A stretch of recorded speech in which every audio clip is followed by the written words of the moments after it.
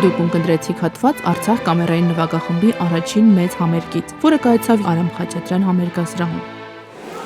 Չնայած անձրևային եղանակին, հանդիսատեսը շտապում էր մասնակիցը լինել նմանը չունեցող մշակութային հանդիպմանը։ Լեփլեցուն դահլիճ, հայտնի հյուրեր, համերգասրահի միջանցքում իրարանցում եւ զրույցներ երաժշտությունից։ Այս ամենը պատմում էր այն իրադարձության մասին, որը սպասվում էր երեկոյի ընթացքում։ Հույզերը շատ են, անշուշտ, քանի որ սա պետք է լինի մեզ համար իմ կարծիքով ոչ միայն հայ ինքնության, արժանապատվության, արժեքների վերանայում եւ վերարժևորում, նաեւ Արցախի կամերային նվագախումբը պիտի շարունակի իր գործունեությունը եւ պիտի կարողանանք հիշել անունը, երբեք չմոռանալ եւ մինչև որ հասնենք Բաղձալի նշանակետին, վերադառնանք Արցախ։ Բացառիկ մշակութային երեկոյի ընթացքում հանդիսատեսը ունկնդրեց Բարտոկի ռումինական պարերը, Ալեքսանդր Հարությունյանի ջութակի կոնցերտը Սերգեյ Խաչատրյանի կատարմամբ։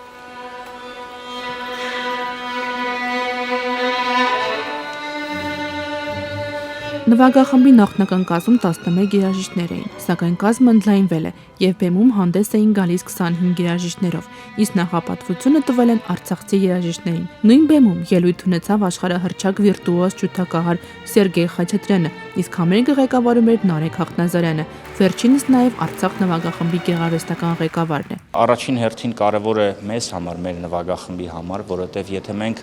ելույթ ենք ունենում բարձր մակարդակի վրա այդպիսի սոլիստի հետ, դա արդեն որոշակի չափանիշ է, չափանիշը բարձրացնում է եւ մեր համար եւ մեր ունկնդրի համար, որը նոր մենք հավաքում ենք եւ ստեղծում ենք մեր ունկնդրին եւ գիտեք որոշակի չափանիշ նվաճելուց, բարձրունք հասնելուց հետո պետք է միայն վեր ձգտել, ես ուզում եմ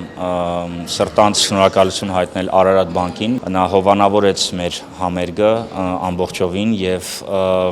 դա շատ մեծ մեր համար չափանիշ է, երբ ֆինանսական կազմակերպությունը Արարատ բանկը գնահատում է դասական երաժշտությունը եւ աջակցում է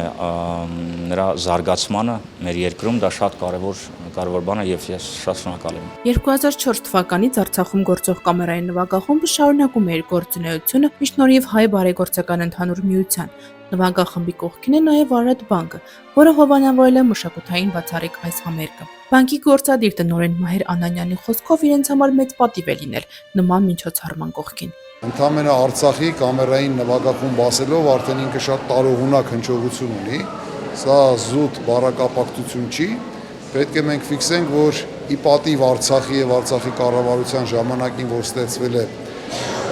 Արցախի կամերային նվագախումբը 2004 թվականին, եթե չեմ սխալվում, դրամաբանական է, որ այդ նվագախումբը ստեղծվել է ունկնդիրների համար, այսինքն մեր արցախահայությունը եւ մշակութային եւ արվեստի եւ ինստիտուցիոնալ բոլոր ուղղություններով մենք ունեցել ենք կայացած հանրապետություն, որպես Արցախի հանրապետություն։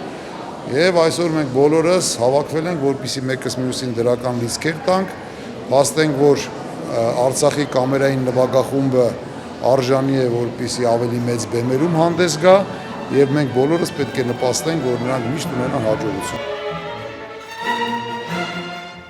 Ստեղծագործական կազմը պատրաստ է նոր մարտահրավերների եւ այսքանով չի սահմանափակվելու։ Արդեն ունեն առաջարկներ հյուրախաղերով հանդես գալու Կանադայում, Ֆրանսիայում եւ Ամերիկայում։